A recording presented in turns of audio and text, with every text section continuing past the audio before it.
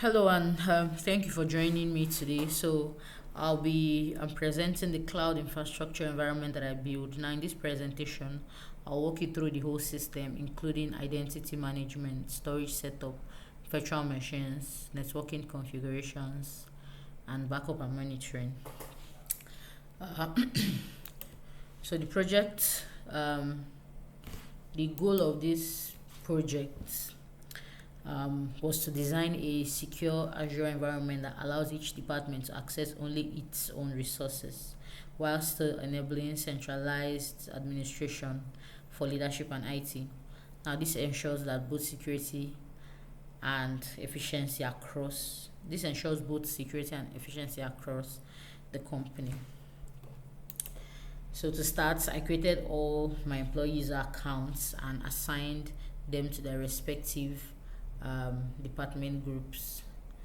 So this is my Azure dashboard. As you can see, I created 32 users and 3 groups. Now this ensures this approach lets permission to be assigned to groups instead of individuals, which is more scalable, easier to manage, and more secure in real-world environments. So I have 32 users, and each of these 32 users are divided into 3 groups, and those 3 groups are sales and marketing, engineering, customer success. And then I assigned Ted Williams, who is the CEO, as the administrator.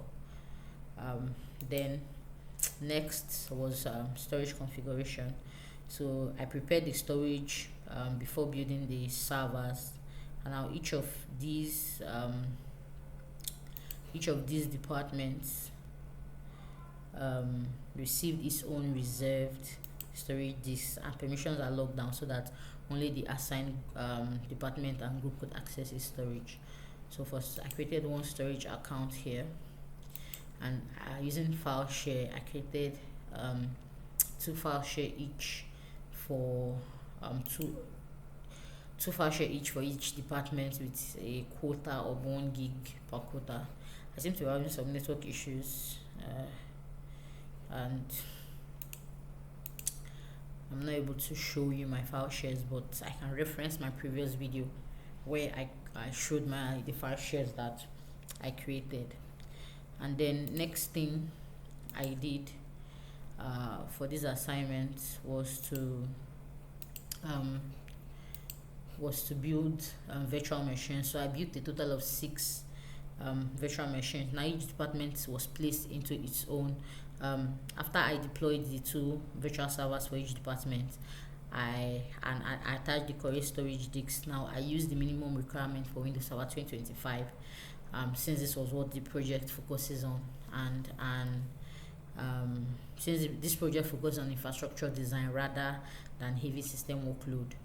I built 6 virtual machines, 2 per department, and I attached the correct storage, and I used Windows Servers 2025. I'm going to show you my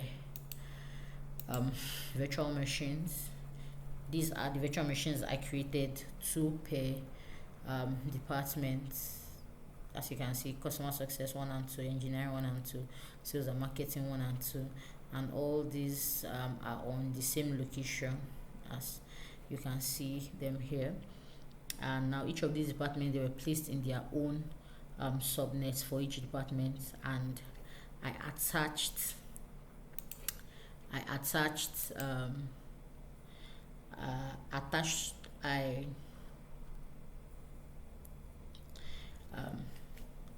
so I created um, virtual networks and subnets for each department. They were placed on their own subnet, and this isolates the team.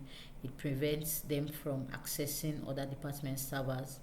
Now devices inside the subnet cannot successfully ping machines in another subnet, thereby strengthening internal network security. So as you can see here, I created so each of the servers, like I said earlier, were configured with their own um, um, so each department, like I said, were placed on its own subnet, um, which helps to isolate the teams and um, prevent them from being accessed by other departments, servers and other devices that are outside of their subnets. I will show you my the virtual networks that I created. This is it. This is the virtual network that I created for my um, for my assignment. As you can see here, I also have another video I can also reference to. So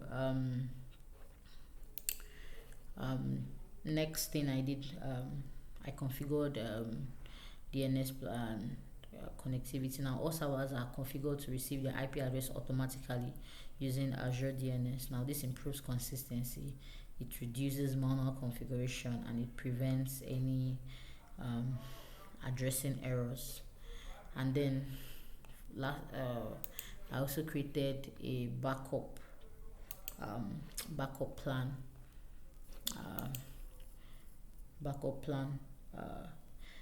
So I implemented automated backups for all 6 of my servers by using a centralized recovery service vaults. Now this means that if data is lost or a server fails, the system can be quickly restored from its last save recovery point.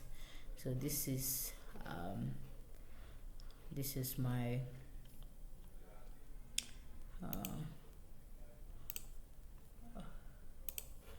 this is my backup. So these are the items that I backed up. You can see that I have my 6 virtual servers backed up. As you can see, it's passed and it is successful. Monitoring tools was also enabled, and this allows administrators to track server health, backup status, alerts in real time, and this helps identify problems early and maintain system reliability. Just as you can see, this is the backup plan I created.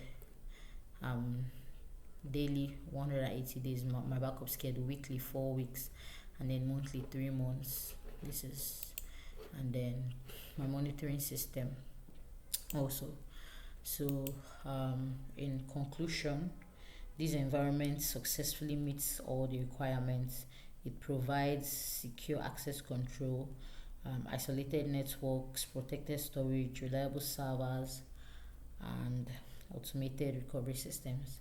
This infrastructure is stable, it is safe, and it is ready for business use.